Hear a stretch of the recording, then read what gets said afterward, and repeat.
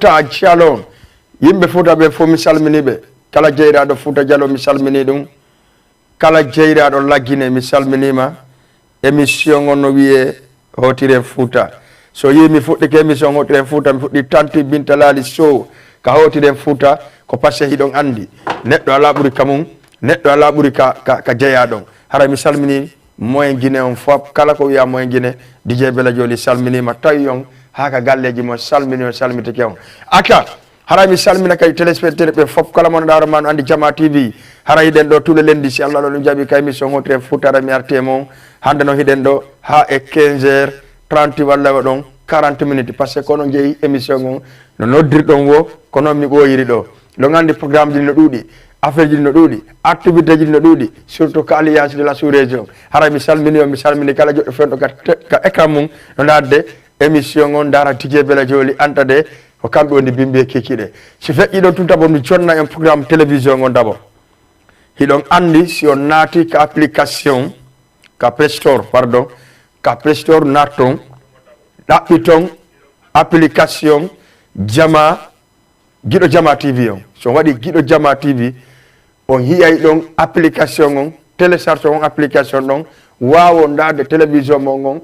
ka téléphone mon kala ka joɗɗon yadna ɗon haysi ka nder hara ɗon fubbade ka geeki on dara émission jiɗi waɗaɗi ka Jama TV télévision on arduno sama kala o wonti doole hande Jama on fop ko fi Jama TV woni wolde ɗum ɗon wona menen waɗi ko Allah waɗi mena are ka Jama TV bafangal no udditi sa ardi e golle moƴƴe a heɓa e golle moƴƴe ka Jama TV par ce que fof no jenti no darde Jama TV donc si feƴƴi ɗon mi ara e mon mi annitina on hande hiɗen ɗo si Allahu lan ɗon jaaɓi spécial pour alliance de la sous-région promotion maɓɓe waɗay ɗum honɗum ñande julde e bimbi julde avec Mariama Kankalaɓe wondude e Boubacar Horeya maison de la culture ka Douta Seck Medina Dakar rue 25 mo anda yo noddu men téléphone après men jonnay mais yewtama ko honto Douta Seck woni ko homɓe woni wadde concert on ko alliance de la sous-région pas d'autre donc haray toujours mi ara e mon joni allez si ɗon fala participe kadi ka émission joni si Allah jaaɓi on waɗa e 78 arayno affiche ka écran waɗa 116 sa waɗi 116 waɗa 82 watta 38 noddalan onen ɗo famodire waɗen face à face acca mi arta kadi kadi ko étape par étape mi arta kadi ko honɗum woni hande carrément ko honɗum gagnatoɗa moto Jakarta on ñande concert alliance de la sous-région mo ko honɗum gagnatoɗa ko honɗum gagnat ko honɗum wonta saabu gagnatoɗa hiɗon andi hari alliance de la sous-région ko kamɓe alliance hari sous-région kamɓe tun sous-région kamɓe tun hari alliance Giɗo Jama ko kañum tun hari joni noon hawti groupe aji ɗin ɗiɗi woni alliance de la sous-région nano moƴƴa ko mon wolande on de woni alliance de la sous-région joni noon alliance de la sous-région gila ɓe yewti ɓe jooɗi ɓe famodiri ɓe haldi yoɓe woni hunde wotere ɓe organise concert goto ɓe yehidirana ha Jama goto siko fatide wona gotum siko kala ko watta e aduna Allah wona gotum addu initiative on ko Jammalal Bari Bantiŋel président l'alliance de la sous-région président promoteur ɓen fof Sénégal ɗo kamɓe addi on initiative ɗon min jaɓi alliance Gorko Sousay sous-région d'accord joni noon question ko très simple sa fala gagnade billet gagnoɗa ticket Jakarta gagnoɗa Jakarta on ka Hoore Sène concert ñande julde kon waɗata depuis alliance moƴƴintini alliance de la sous-région woni hunde wotere ko concert ji jelu ɓe waɗi concert ji jelu ɓe waɗi ko honto kadi e honto ɓe waɗi ɗin concert ji simplement ko concert ji jelu min waɗi gila men welditi e sous-région e gila sous-région kadi welditi e amen ko concert jelu men waɗi kala ɗon question ɗo wi men ko ɗum ɗo ɗi waɗi ko honto ɗi waɗa e ko ɗo ɗi waɗa e ko ɗi jelu haray minnima a ɓattike moto Jakarta o yoɓa 3000 francs naata dara concert on ha gayna ƴetta moto ma Jakarta on siko taxi ardunoɗa ƴetta ɗum ɗo yara doy howtira kama ɓay ɗum ɗon duwaji ɗi no jaabi merci beaucoup Giɗo Jama kala ka fewni ɗon addunan taw mi sufla mi yara ndiyan gokkum mi anda ko on woni par ce que hande kadi si sola acca oh c'est ça c'est nombaji fitrim Ceerno Mamadou voilà ok hiɗon andi ye ɓe kana no sofi ha malgré climatiseur ji ɗiɗi kala no huɓɓi mais C'est pas grave, c'est ça, c'est sûr, les gars. Allez, 78 ans, 116, 82, wadon, 38. Notre langue, répondons question. Question qu'on nous. Alliance de la sous-région. Alliance, Guido Jama Production et de la sous-région. Ko honde be mo intini. Nari do milandi yonde. Ko gila be mo intini. Ko concert ji jelu men wali. Président Joe Diallo mo ka ligne fondo no dala joni. Voilà, fait inon. Avant tout d'abord mi salminayi groupe 100% Fouta DJ Bente. Adama Guedjouayi.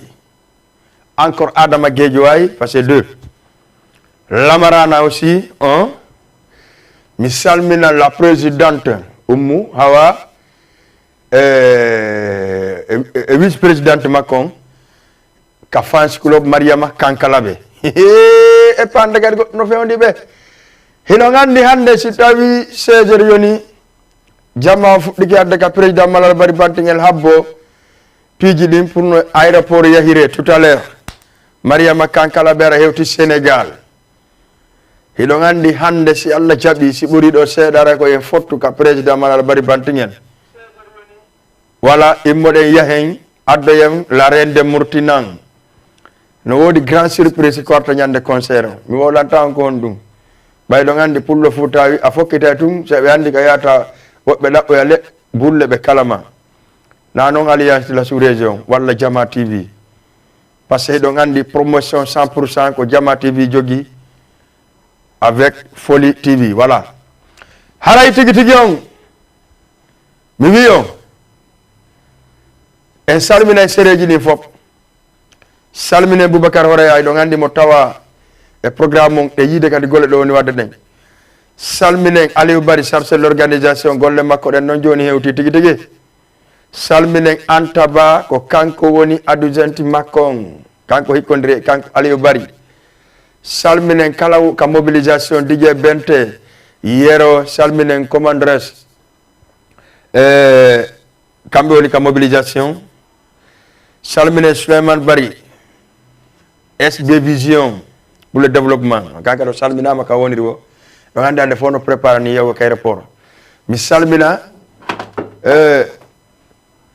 yimbe be anda hor makadi be accata mi dano be accata fi dano grand Amadou Massi kankadi mo salmina depuis Kamarse Wakam en salmina mo ja salmina kadi wono Saliou en salmina mo kankadi mi salmina kadi wono Boubacar ka tayer e pay ko ma comprendre ko fop mi accali hay e goto salminen tayer be fen do concentré be no dal do émission e no inne hotiren Fouta si don sengi don andi sere sar rivale wola fimu wole sere majina hulali sere fortifoli Kandakar sere fortifoli Medina sere sar rival Medina sere nene goto Medina sere haldi fotti Medina sere haldi fotti wala ben na Medina woni je courage sere haldi fotti étoile de team Madina salminen be salminen kadi sere nene goto salminen kadi sere weldi fotti e weldi hawti wala weldi hawti salminen union dole chama président ton ne Hadja Binta Yombol Camara Thiaro en salminen dum kam e Petiero Thiaro en salminen kadi be fo salminen kadi femme de robots kambe kadi en salmini président mabbe non ne Diang Boubacar Diang wala Boubacar Diang kankade salminimo salminen kadi téléspectateur be fop 1978 wadon 116 wadon 82 wadon 38 Alsan ka boutique medi Wakam mi salminima don e ange payku makum merci voilà mi salmina kadi wano commandres kanko Ousmane Café kankado salminama ka Y e weltani kemo salmine wan ustasi dumbo e be do joni be wonbe ka mabbe fondarde émission salmine wono Hassanatu Fria kankadi fondo mo darde émission mo préparanade kan kadi concert nyande julde e bimbi julde do tasek salmine boy pi master boy e fans club makon fop en actually hay e goto kambe kadi be concentré fondo be préparer pour concert nyande julde e bimbi julde salmine Eva bon participe Eva kankado salminama kala participe do ngal ka dum do tan misal Amzo Bobo Mamadou Camara depuis Wakam et sans oublier aussi mi aray mo Wuri viens oh levi bobo Mariama Kankala be murtina yaade awa hina don donon murtintedo wo murtintedo yo prépare parce que Kankala be wo wodi jebela mi ala wolde hay fus kono non e ngal kadi haray ko goddum go parce que c'est la première fois mi dadde Sénégal jougol concert wan wawdoni surtout ma nyande julde bimbe julde levi bobo wi mi compagnie Mariama Kankala be mi wowlay ko surprise million hiɗon andi wo adnan ko doy yarete hande ɗon ko Jama TV ɗon andi heri law ɓenne Jama TV ko télévision Facebook awa hande Jama TV yalti tout le monde entre regarder Jama TV ɗum ko fali force a ndaray par ce que komin watta kon welete par ce que no weli kadi donc ko ya ndaaro hara ko teddugale mon kala mono fala des sponsor yo ar tawa men menen taw sikkude voilà mono fala des sponsoring yo ar tawa men kala ko adda haray vraiment en yewtay famondren anden ko enen woni goto ko dum ci télévision wi'a Jama TV kadi ko siddo mon pour le Fouta Guinéen jeyi kañum hebi o initiative mo inani en télévision e bi wadi mo kadi inde ne gadi e hala pulal wi'imo Jama TV aso fami on andi ko de Jama TV gon ka Jama ko honnu o Jama on TV on ko inde télé on c'est-à-dire ko yettore nen non yettore nen Jama on ko inde may yettore nen ko TV c'est pour cela que wata wi de parce que DJ Bella do yetta bari jeya dongol tuma Peter wala wi'a non hewta dongol sa hewti dongol jipproda doyi rewa dukuku rewa kaaje rewa ko rewda o ha hewtoya geme hewtoya jolil kamen mi salmini be jolil be mi ciali hay e goto mi salmini ndeylo ha memano e ma cewgol cerno cewgol depuis Paris mi salminima salminen kadi fooli rewbe kadi salminama depuis Medina e Oumar Sodo salminama Bella Tokoran salminama Aissatou Bari salminama Aissatou Bari kadi salminama benno fop ko salminira don andi aduna ko gikke on fi tagalo hara en salmini kala mon dawr ma to kan dadde Jama TV feondo woni Dakar Plateau ka président Jamala Bari Bantingel mi salmina monsieur Banga mi salmina Mas mi salmina président Mala Bari Bantingel e wonbe kataliye be fop mi accali hay e goto kala mo wala inde mandu kangi mi attori hara mi do weltani on vraiment mi do andi do sutende émission Hotline Fouta hande no yi kay studio do no fara mi jindinta yabe plus 4 caméra devant moi naka hala ok donc do ngande ngi ka Mariama Kankala be o yi simi wala no histoire Mariama Kankala mo ko sama kala Mariama Kankala be lebi bobo kambe do fidrem do Mariama Kankala be law hari ko wado PC mais enfin on naati e yimu gongol en tout cas be sirtiri molana do waltido mo parce que ma enen Guinéen ko dum do salino den har ko e naatugol sirtiri mon dawrma o do way mo walde nawma sur nouveau international hande Mariama Kankala be Trans TV o dogay Trans Sénégal o debay Trans Africa be dogay fi honnum parce que sirti don te be labi musique Guinéen on ko faalo den don hara Jama on daraymo en haut dow donc hande no so yimi expliquer dum non ko pour yon femme pour sondari par exemple on Mousto Camara on dari on Levi Bobo on dari wano Azaya Chelikaba Bintu Tene Jawara donc ben ko jawde be woni vayno ko jawde boni kono baytu hibe jogi sirti ji molanadi be yawa e mo moƴƴa c'est pour cela Mariama Kankala be gadari impliqué donc vraiment il a fait un excellent travail kanko et Levi Bobo tout ça donc harayno hido ngandi pour la première fois Dakar si Allah jabi kanko ndenge addude pour yo joindre communauté guinéen on fansi be makko be fon do hande jabba golmo gol ko à 100% be dumani kanko Mariama Kankala be nanen ko me gani yewde hibe préparanade pour iwgol kasudu mabbe be ya rendez-vous ka aéroport BCA Conakry be hewta aéroport Diass Dakar Sénégal si Allah jabi tout à l'heure hido ngando foppuno inna yo fottu ka président Mala Bari Bantingel si budi do sela avant tout d'abord jonnando Monimba Kanté kabulu njuri remisi bulu njuri waydo ngandi e ngara fiirum no kadi joni passer kanko binte laajari no wodi ko woni hakkuno be seeda nera mespiana kon won hakkuno mabbe dije wuri badandi dandi Jama TV ko Jama may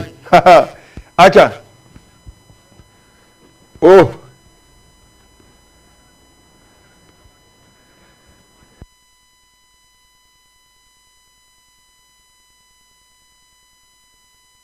taw ɗo andi ba voilà en attata seeɗa wawi en yantata jama on bon andi fiile koye to haray wuri débranché gotum kono problème ala si mi gueɗo mi sanctionné mo ɗum ɗo je voulais sanctionner carrément pendant mi dara combien de minutes je le sanctionne combien de minutes PDG 2 minutes y a pas de problème ok haray toujours do mi wolani on fi numéro téléphone on kala fala de répondre question on honnêtement alliance de la sous-région qui a moƴƴitide combien de concerts mais waɗi ɗi menen e alliance de la sous-région par ce que yimɓe sikkuno somi waɗi concert goto walla ɗi min haɓay min piira min sonka alors menen mbuuɗi hande waddade men e goɗɗo min heeɓi goɗɗo anday min perdi goɗɗo andata par ce que man minen andi ko ɗin ɗiɗi woodi ko keɓal e yanal donc yo Allah hokku en keɓal ngal salɗe yande acca wuri mi sikki tun to waɗi paix o signalina o waɗi paix merci beaucoup Maydaren Remis Ɓulunjuri tante Binta Lali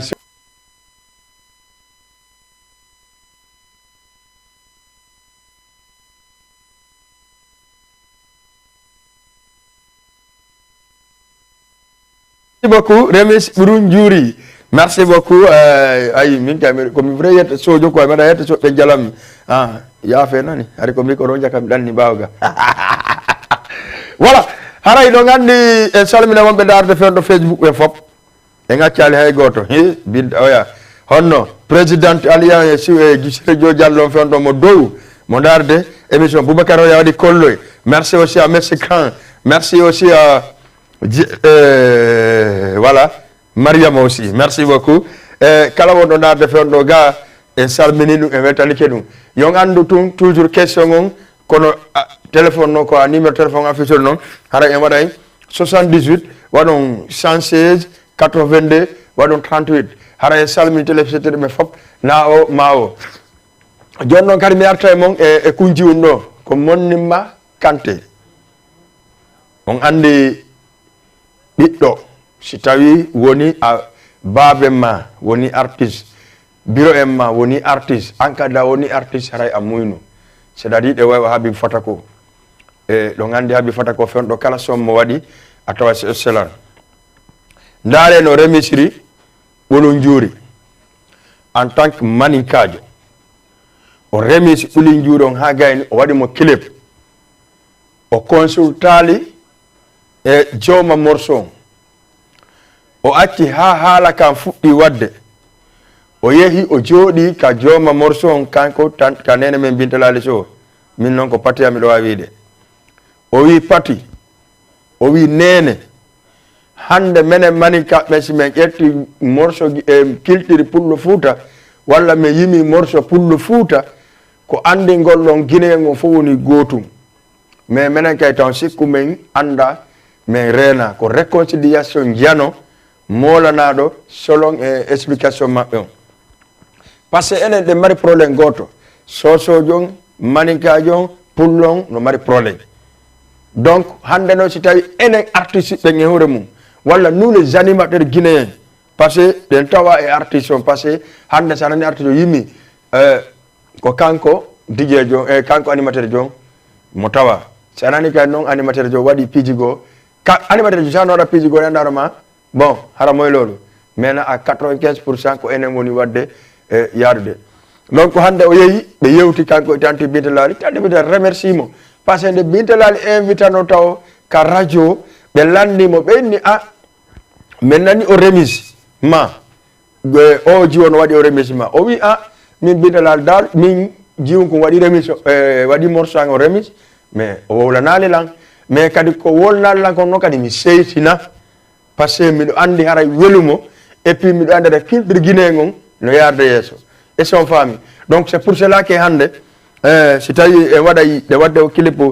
explique jama ko hono woniri y a rien entre Binta Lali Sow e Monnimma Kanté en tout cas ɓe régli ɗum ko ɓeygu Sulbens donc Souleymane Bangoura hara noon biento kadi en daari fi maɓɓe ɓe ara ɗo récompensé ɓene kadi weltanoɗen ɓe kamɓe ɗiɗo kala ɓe aray ɗo sallah jaɓi ɗo gandi alliance de la sous-région si ɓe wowla e goɗɗum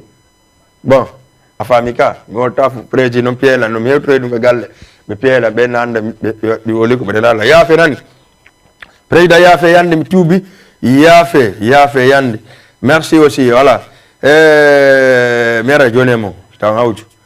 donc haray tigi tigi on kono mi yewtiri on noon question ça existe a joni do e ngane émission men parce que haray question no wodi mi andi non jeudi aro do 22h ko enen Mariama Kankala be Boubacar Horea on ka plateau men jeudi aro se Allah jabi ko enen Mariama Kankala be Boubacar Horea den ka plateau men Chama TV c'est mayal mi anna non compte on duta sek be anda o mi jonna numéro téléphone be note down numéro téléphone on titinna be stay Dakar Sandaga saro mbi marché tillel aromba ri on chongol ya ara ha marché tillel ara rivière 5 kongolanda konto rivière 5 sa rivière 5 mairie Medina e duta sek ko ni wadi majjina ka hore lawol kadi atampata ala agression ya rien donc dum ko fiñande julde e bimbi julde yafu don si tawi an ko ciaro walla gejuway walla parcelle walla Malika walla Pikine walla iwa haado e barñi jamñaajo tampol mal kala ka ñagga ñakura lando ko honto wiyete sam walla wiya ko Rue 25 Medina sutida walla etta hakkille ma de moƴƴa ko mi wolanta ma kongo yañete sojon wiya aka maire Medina yata dum ko Bele Diane Dakar Medina Dakar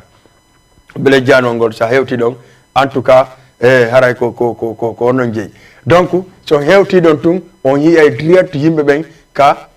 numa commandresse ka duta sek haray ben nade passer si Allah jabi pas de 18h haray be fuddama yeyede fi wota goto fo tamp mo kala yaajeta 16 mun jodo mo kala yaajeta voilà bimbe jude non sereji di no décidi ko taabe be wadante comme dîner de comme soirée de gala bimbe jude ko dum be décidi kono non si Allah lan no jaay meden décidi buri on parce que on décide ka organisation mena kadi men salano Aliou Bari fe on no programme de moƴƴa merci Aliou Bari merci aussi à Dio Diallo encore une fois et Sirabe en Kadiatou Pita merci Mariama Mbori Nene Seron merci aussi à Nene Fune merci à Bassine depuis Medina merci Sirabe en Kadi depuis voilà Sirabe en Kadiatou Pita encore une fois merci Hadja Cheynabou Beldam merci aussi Mamadou Binta Seresa Rival merci aussi à Hadiyatou kankado salminama salminem ben dawrma no jodi wakam do siti abe no darde émission hotire Fouta mi sikki no addan don ditem mi hocco ditem fo mi ama seda ditem fo mi ama seda parce que ma mi sifula seda quoi voilà acha oh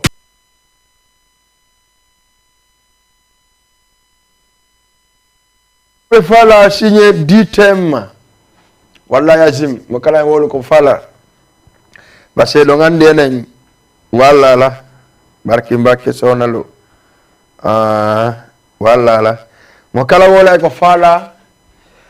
do ngande ka Jama TV ko no murani non Jama TV ko télévision mo na dawrama o artum o rondi o rondi bagage ji ni tout de suite million arayi den ka aéroport be sengi minno mi yaay ka aéroport be sia taw après mi compagnie Mariama Kankala be ha ka aéroport AIBD walla wiya jas si Allah jabi jama ye surprise hande mi yetta do jon jak privé en on direct mi ya Conakry dum ko interdit non en kadi général Bari anno gara pido e hore voilà général Bari kadi attaque reni mi kay mission direct acha merci et salmini be jam téléphone mi wolni maka ala jabude voilà toujours émission on dono heddi émission no heddi do voilà combien de minutes de heddi do 10 minutes parce que don andi naka ya hante ndar haray hande kono mi wordani on non idon andi peji dinno peji pajanni occupation ji no dudi tayre be fewndo ibe engagé gollugo kono en terto tayre be yo be yettu ko be townata parce que si be yettal ka be townata mo ya e mabbe min non kadi onon be nyoobe o nyoi wo nyande julde e bimbi julde o nyoani wo julde hadi kisa no misi be wonno tayre jo ne barki Mbacke arayno karanjama wattoto non parce que si mi nyoayno joyi avant julde ndey ko jowiji dimmi nyota kadi si julde batte ki ardo min nalan ni heewi se be heeda ka be ni e prochaine fois on ara law fewndo tayre mo yawɗa o hay waɗugo mo interview ko problème merci salminay Amadou Bella tayre depuis asalem salminen Juma kadi wonɗo Rinef hoɗɗo Gueltap e hoɗɗo Fass kono mo ñowa Rinef angar sis Medina salminen kadi Boubacar encore une fois salminen wono Grand Alpha kankadi wonɗo e ñowde ɗo tayre jo salminen Ibou Robos kankadi wonɗo Robos ñowde Robos salminen wano président malade wonɓe ka tayre ɓen fof kamɓe kadi ɓeni salminen jeunesse wonɓe fabrique ɗon fop kamɓe kadi tayre ɓen fewno ɗo fof no ɗuman ni vraiment ka siège moyen Guinée salminen ɗo wano Aissatou Koundara kankadi mo to en mi salmini Aissatou Koundara mi salmina Korka e salminimo kankadi vraiment salminen noon kadi wano Binta Diawne lanɗe mo so tawi ha joni feƴƴewre Diang kanko e Boubacar Diang e Dianke Rahmatullahi kamɓe famille fop e bureau maɓɓe mi yakkali hay goto salminen encore minni on salminen Haddi Labbe kankadi fewno ɗo imo jaam ñaaƴo haray mo darde émission kanko jaari salminen ɓe modi e maɓɓe ɓe fof e salminen haccali hay goto à part de Hasanatou Firia kankadi passé imo prépare de concert pour ñande julde e bimbi julde salminen Amadou Badiane kankadi fewno ɗo mo darde émission mum hotiren Fouta Diallo on e salminen aussi encore une fois mi salmina ɓeygam Mariam ankari mo jooɗi mo concentré ka salon mo darde fewno émission kanko ɓikkoyankoye Rahmatullahi Bari Fammata Binta Bari Fatmata Lamarana Bari ma mère nene inde woli inde bureau ngande kadi mi weltike si fier allez salminen kala wonɗo ane mo deka Jama TV wano Kumpaji Sanga salminima no kanko Ibou Kumpaji salminama Dramé aussi o salminama mi salmina Souleymane ɓiɗɗo karam ko maɗon salminen karam ko maɗo depuis Lagine kono e Lagine telimile kaɓe on ɗon e Tidjani men dia salminen noon kadi Wuri Hawa depuis Grand Dakar e salminimo mi salmina Aissatou Bari depuis Grand Dakar mi salmina Rahmatullahi Sarane ka Madina Hulali mi salmina Nafissatou aussi e Hasanatou kadi ka Madina Hulali ɓe fof alamo mi yakki min noon ko ɗon te Jama TV mi arta ɗon mi ara ka Marifala Mounas Marifala mi salminimo Dieynabou Golf kadi salminama salminen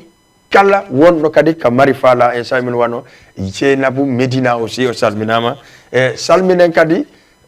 musidɓe ɓe fop kala wano tous les animateurs guinéens mi salmino DJ Diallo DJ Adra DJ AMD DJ Junior DJ Mamma Yergue DJ Malado mi salmina DJ Wuri Météran par ce que Allah yira nelaɗo so nani hande DJ Bella joni wiyama DJ Bella animi radio animi télévision ko Allah DJ Wuri Jamano FM joni noon kanko woda e yinnumo DJ Wuri Grand Wuri a jarama koto miɗo salminama mi ara spécial documentaire ma spécial par ce que DJ ɓe fof no wano ma harayno wallahi azim en alano probléme e goto ko par ce que ko an tout sorti amen ha gayni ye jokki golle ma jokki famille ma on terɗa ɗum ɗon kono haɗa a nodda e téléphone goɗɗo conseillamo wiyama waɗi ni e ni c'est très important ko ɗum ñanden ɓamiɗo DJ Bo invité ma mi fesi c'est à dire ko mi waɗayno DJ Bo waɗi mais je te remercie grand merci beaucoup haray miɗo salminama salmina jamma e muna e ɓeygure ma ne fof mi hakkali hay goto si Allah jaaɓi ka ɓernde wonɗa merci aussi à Samba Wuri tappoji yimɓe hooroya o merci aja jonna Mamadou Fatago ko sattuo giɗago mi wonta ɗum ɓaawo barki yassa mama wo o lelatama ɓaawo min kadi mi lelata giɗago ɓaawo few sakko gaño ƴetta naɓa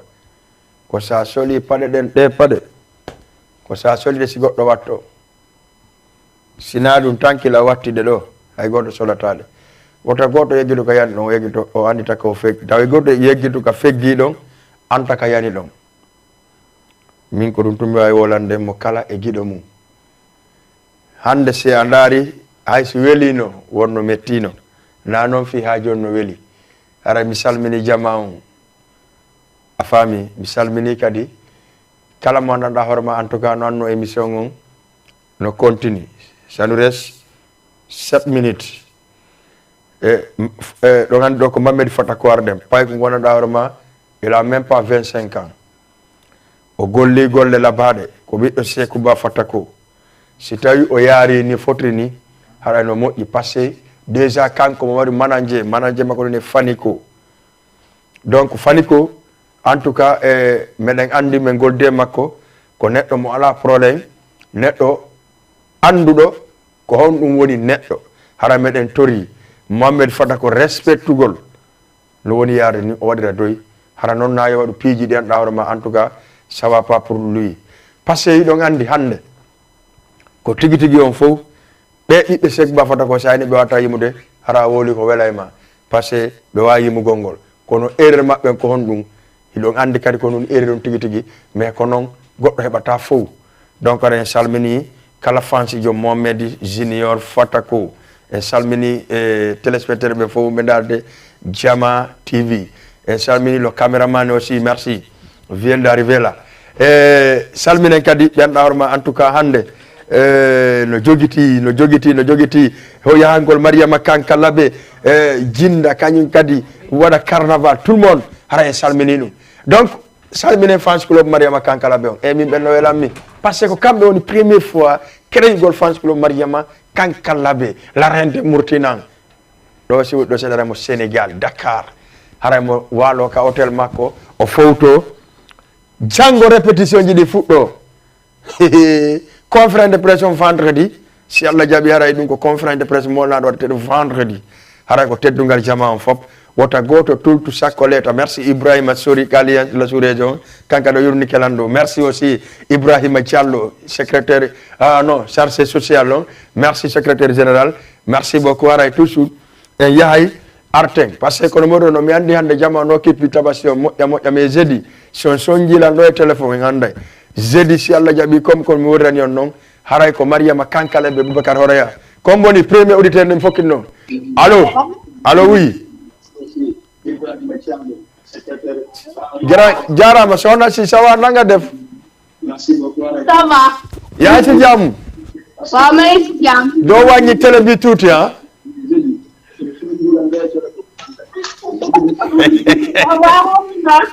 Ɗuydi télé o seeɗa jiwo ɗuydi télé o seeɗa ɗuydi eyo hiɗay jang merci beaucoup ɗa noddomi on to ɗayne honno ko wattami hoɗi ɗo Aissatou Diallo min nete Aissatou Diallo Diallo Aissatou question momi jonni on ɓayɗa faala moto jonna modima question a wolu ko faala kon joni ar ɓe fala wattami miji joɗon sayfon question mo inde kono de yimirta himani minana ayi may goy minana mor sayfon no indirta non ayi may taw minana morso no yimirta non mi wadam wattanede mura bunga ko sayfo yimmi dum mura bunga ko sayfo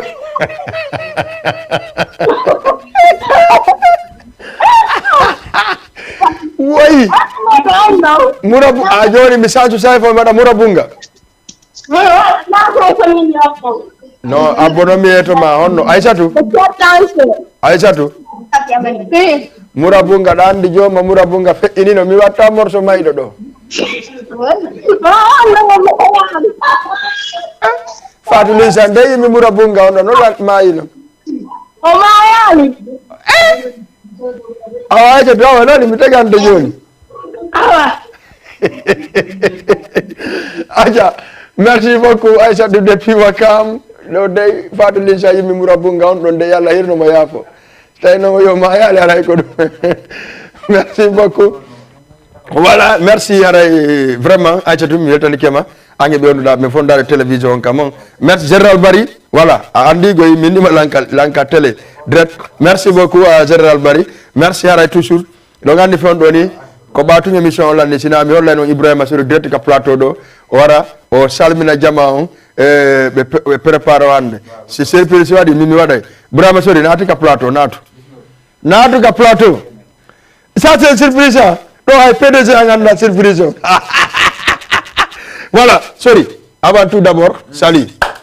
parce que hande dar caméraman il y avait deux caméras ça c'est une surprise argo acha yette goddo gari assalamu alaikum. Allô oui. Salam alaikum. Wa alaikum salam. Big frère, c'est comment? No marsude. Tanto alhamdulillah afedi. Lo munya dayne honto no dami honto. Lo ende anko diamanter hore pombi joro do e Kermessar. Kermessar, merci beaucoup day jang. Ouais, janto alhamdulillah nani big frère. Diamantaire alliance de la sous-région gila mo intini ko concert di jelu be wadi ndar sa be moto Jakarta. Pardon? Gila alliance de la sous-région mo intini. Ko concert di jelu be wadi. Ah, vraiment, le nom qui renseignant qui m'a donc je n'étais pas ici quoi, je viens de revenir au Sénégal ici quoi. Ah merci, d'accord, il n'y a pas de problème, on est ensemble. Ok, d'accord. Allô? Ok, voilà, sorry. Avant tout d'abord, ça va? Daïdjan? Bonsoir, Didier Joli. Bonsoir, vous allez bien? Le vice-président de l'Alliance de la sous-région. Maintenant, le secrétaire général Alliance de la sous-région. Avant tout d'abord, surprise d'Adomi, de la Maria Makankalabe. Mi andi ada prépara naden yahugol jabbagol Maria Makankalabe. Feon dono jama on foppu kayno jodi ka président mala bari bande no habbi auto jaden no habbi dum SN wodi quelques momo wola do seda fi kala no micro battaki makono bon on va juste non non yira jama do hande parce que micro battaki sori do. Pourquoi pas? Non, pourquoi pas? Parce que micro jandi comme tout wakili. Non, comme jogi micro jidi. Andi ko surprise mi wadi quoi. Non, mais gasi joni e wada amor asora. Mita micro ango mi dorma. On monte Jama TV. Merci beaucoup. Afamika. Ça va partager tout ensemble. On va partager. Voilà. Johnny, oui. Ara konno yirda e accueilli mon de wadde hande yawgol aéroport. Donc merci avant tout d'abord Didier Bella Joli. Donc merci à GDP TV. Donc GDP TV donc Jama TV pardon. Voilà. Donc c'est la même chose. Donc en fait mais revenons quand même sur l'histoire. Donc merci beaucoup au PDG Jama TV à l'occurrence de Didier Ouri.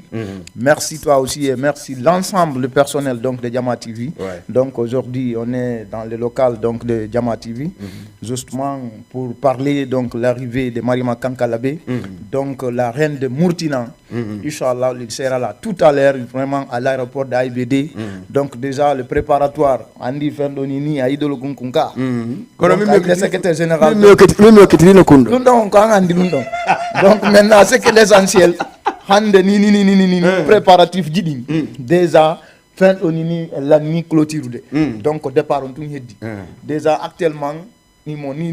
ko lawol aéroport Bessia Conakry. Voilà. Donc justement enen kadi den ka lawol yagol AIBD. Ouais. Donc inchallah à tout à l'heure départon waday ka président Jamal Al-Bari, donc le président de l'Alliance Guido Diama Production à l'occurrence de Jamal Al-Bari, donc à rue 10 angle 19. Concert on compte wat.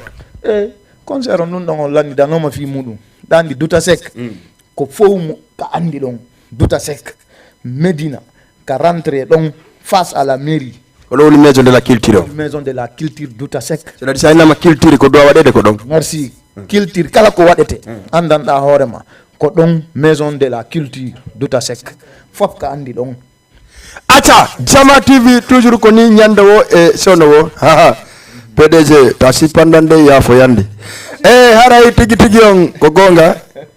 Hande ko préparation do ko surprise tum bay sori hewti don wadi dolo kun mi mo prépara nade mo motivi et puis ande mo dan kilot mi andi sécurité on kadi mo asiri dum don kanko e chargé l'organisation on haray tigi on wayno wayntade basse wayto woni émission on lanni halabi wayto den don wabe hodde action clip Mariama Kankalabe Jama on dara sela jon non ko Mariama Kankalabe clip hombo won do wadde dum mo arde acca abo mi jetta taw goddo ari allez assalamu alaikum. Alaikum salam. On jarama. On jarama. Idon e jan. Gantung alhamdulillah. Don inne honto do noddami honto. Mi wiye Ousmane Touré nodda on Sandaga. Ousmane Touré depuis Sandaga. Ouais. Touré Ousmane, idon e jan. Gantung alhamdulillah. Idon préparadade est-ce que question mo mi wollo bay Ousmane Touré on nanimo. Way mi nanimo kay. Touré mi do hedi ma gila alliance la Touré jo welditi. Ko combien de concerts be wadi? No don mi rensegnati don. Touré ankadi ammi do fanno ma yabru deuxième moto a jabali. Mo wi de mental mo. Davide yi. Na? Touré mi fallo yabru deuxième moto la nganda mari goddo kono heba didi. Si la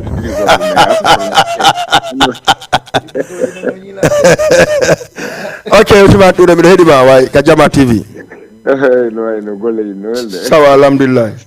Ok, ala problème. Merci Ibrahima Foli Media. Oui, ara o weltanama landama sidonga jamara émission no rew lawo. Merci beaucoup. Oui, yalla burte wallude. Allahumma amin. Ok, concert do madame Kankala on to warata. Ko Douta Seck warata Ousmane. Maison de la culture Douta Seck nani? Ok. Ara meden habbori on doy woni nyande julde woni bimbi julde. Ok. Inshallah. Ok. On est ensemble. Merci Ousmane. Ok, ara mi fala o kala song Amadou Bari Mayen Dalaba. Song Amadou Bari Mayen Dalaba di yeru télécharge sumo.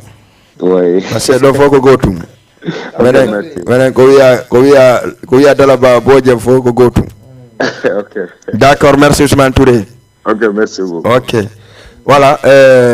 comme nous avons introduit, sorry, wawen akide diruga ka plateau ga direct, voilà. Bien sûr, donc déjà euro de tout, donc téléspectateurs ben vraiment wombe nous doude ben den hande Jama TV. Donc est là pour toute la Guinée. Donc d'une façon générale. Donc on a Aden Gototung. Donc vraiment nous remercions au passage. Yeten goddo ka ligne be ki ha fokati be fudde de wala ondo yeyi. Donc nous remercions au passage Haraï PDG Wouri avec tout l'effort qu'il a fourni. Vraiment Wadugol Lundo initiative do c'est quelque chose qui est extrêmement important vraiment pour la communauté. Hande faut no consommer de Lundo. Donc Haraï den turi Allah Lundo yo Allah nawrundo yeso. Kadi hebo kadi wado sugadi initiative do.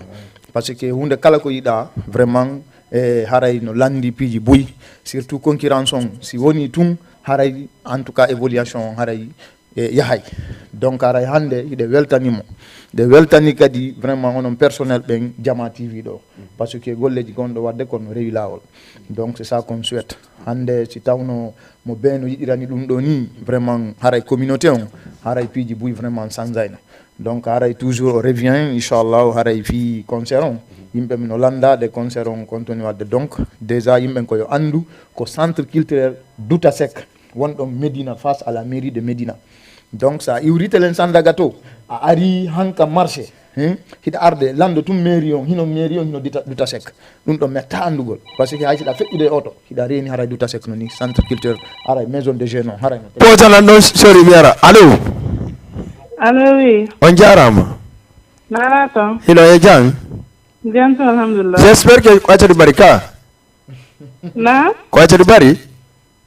non Ali Bari ko Aisha Bari minna ma kai sabari Ali Bari kana ko Ali Bari no buda non mi wala ma sa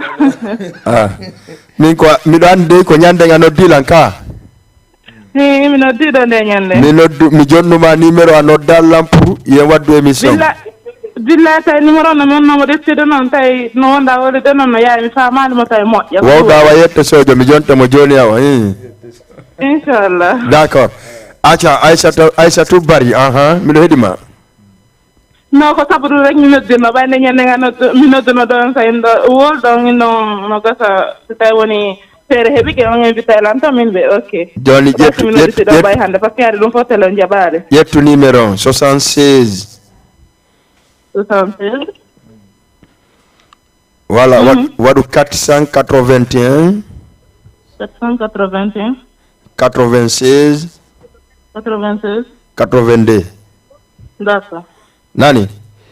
ok merci beaucoup kala fala do invitation ƴetto numéro don ka émission hotiren Fouta walla ka émission ndaru yida e jeudi jeden walla ka émission laabay poy tous les lundi hande non laabay poy mi annoncana on dey hande laabay poy wata dogude on accana lan ha yontere hande parce que hande laabay poy on haray meden 22h haray men iwali meden idi tun ka aéroport mi wata arde wada kadi émission e 22h laabay poy on accana la yandi ha yontere hande mi invita Aissatou Bari odo e goddo go wona gorko e debbo waden debba ka laabay poy ndaren konno wonden e gollirde haray toujours mi salmino mi wedani ko moƴƴa ko ɗum mi poɗiɗi sori ka émission ɗo ko passé kanko woni secrétaire général alliance de la sous-région o si tawno kadi chargé de l'organisation arno mi andani ko honɗum hannde ɓe organise ri ko honno yareten ka aéroport mais na sori mi sikkara dernier moment o hat ɗo on joni wawi waynodirde par ce que émission o lannino ha laaɓi poyi e mi ñamini 7 minutes émission o ko noon andi no weeli andi ko weeli kon toujours haray yimɓe no faala haray koyo ɓeyɗo donc haray toujours en salmini jama on fof en salmini nodduɓe ɓen fof kadi donc to ɓe wayru noddugol donc par ce que hande télé on ko jama on waɗana donc no ɓe noddiri wo e no ɓe suiviri wo hande hokkata télé on doole donc hande déjà jama tv hande ka yarɗa o télé on no darede no laaɓi poyi kala mo nanɗa ko ɗoni wiide donc vraiment en toriki Allah haray yo Allah nawr ɗum ɗo yesso donc haray toujours kadi fi affaire culture on déjà hande alliance de la sous-région ça y hande à chaque fois ɓe waɗa innovation yimɓe ɓen woto ɓe yejjutu ɗum ɗon c'est très important donc hande ça yi a jonniɗo question normalement yimɓe no dowa wattande ila ɗum ɗo moƴƴa donc depuis weldita réconciliation waɗa ko combien de concert waɗa donc yimɓe no dowa wattude ɗum ɗon e hakkille mum ɗen moƴƴa par ce que ko archive donc to tar ñande go question ji ɗin posete donc ɗum waɗi haray margol ɗum ɗon mandito ɗum ɗon c'est très important donc hande question posama fi motoji ɗiɗi gila réconciliation waɗa ko combien de concert waɗa donc mi sikki ɗum noon no yombi mais non si tawi on tigi waɗani donc archive mum ça sera très difficile quand même à répondre la question donc haray toujours yimɓe ɓen koyo ɗaɓɓutu ɗum ɗon ɗaɓɓita ɗum ɗon justement jonna réponse on fi heɓugol moto on inchallah le jour de la fête et le lendemain de la fête tabaski haray ka centre culturel haray Douta Seck de la Médina haray fof salminama donc haray nini ɗe yaade fi jaɓɓagol arrivé haray Mariama Kankala ɓe on à l'aéroport AIBD Dias haray préparatoire ji ɗin fof waɗama presque ko watte kon fof waɗama otoje ɗen fof woni prêt donc haray fans ji ɗin fans club on kañum kadi ko prêt fen ɗo haray fokkitugol yawgol jaɓɓo Mariama Kankala ɓe donc haray fof salminama haray ko yimɓe waɗu hakkil yara doyi e teddungal yaha jaɓɓomo vraiment hollamo vraiment o wi ka makko ari ka makko parce que c'est la Guinée qui gagne aujourd'hui donc hande on est là pour la culture donc haray fof salminama merci beaucoup haray DJ Bila Juli. Très bien, merci beaucoup Ibrahima Sori vraiment haray ko ɗum ɗo wonno ko chargé de ko secrétaire général on adda noon haray ko andintingol ɗon to si Allah jaaɓi ɗo hande émission on hotire Fouta on laaɓi poyi lanni few haray si Allah jaaɓi yontere hande 14h inchallah ɗo gandi haray ko bimbi julde no woni yontere hande e waɗe plateau jano ñalorma teɗɗan pour que andingol jama on enen kadi ñalde miɗo faala ɗon dañade rewɓe labaɓe fotuɓe waɗaɓe basenji maɓɓe ɓera ɓe jooɗo ka plateau wole fi juldere nden par ce que ko bimbi julde onon kadi guinéɓe ɓen wonde haray ɗum ɗon vraiment hiɗon c'est-à-dire waɗɗon basenji moƴ goɗɗo mi taw e télé mi wawata wolugol e télé mi wowta ɗum alors que o yaha ko ɓuuri e télé donc il faut que ɗum ɗon no yewten ɗum ɗon c'est pas bon changeon on comportement ɗon on aménageaki ɗon few donc haray merci beaucoup plateau télé o sallah jaaɓi ko yontere hande par ce que ɗo gandi haray en tout cas merci beaucoup haray merci beaucoup en salmina PDG on vraiment o waɗi effort molanaɗo ka caméra ko kanko ka régime ka kanka son ko kanko ko joni deuxième caméraman ko joni caméraman jo makko ngari sanctionnaɓe fof noon joni mo kala 2 minutes donc haray mi salmini jama on mi wiyetede ke darnoɓe émission on fof nodduɓe fof kaɓe noddali hokkaɓe dédicace ɓe ɓe hokkaka ɓe fof kañum jeeyi merci DJ Wuri ciao merci